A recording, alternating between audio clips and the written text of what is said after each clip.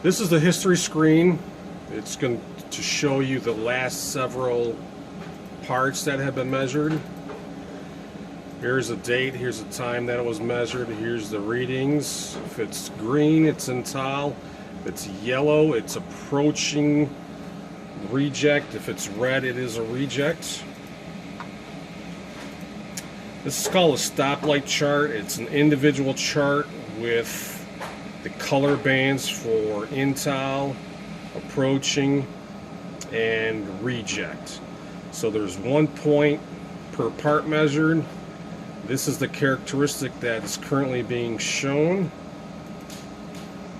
This would be the second characteristic, and that's the third characteristic. This is a histogram. This is your standard bell curve of the data. It's all of the parts measured for a particular characteristic together. Here's the boundaries for the spec limit. This is the average of the readings. And then here are the control limits. And this will be the second characteristic and third characteristic. The CP and CPK are listed in the bottom right hand corner. The setup page will show you live readings for the probes.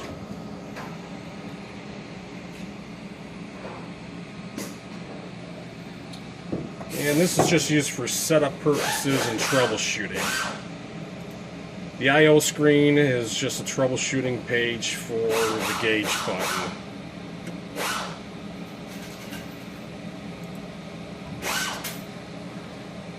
The study page is used for GR&Rs and machine runoff studies. This would be for the gauge studies. This is the machine studies. You have what's called a type 1 study, which would be measuring the master, say 50 times, and comparing the results. A type 2 would be where you would use, say, 5 different production parts.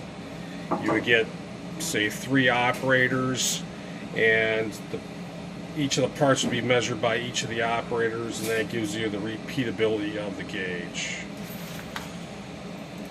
And then machine runoff studies, there's several different types in here. This can give you a CP and CPK for the machine study.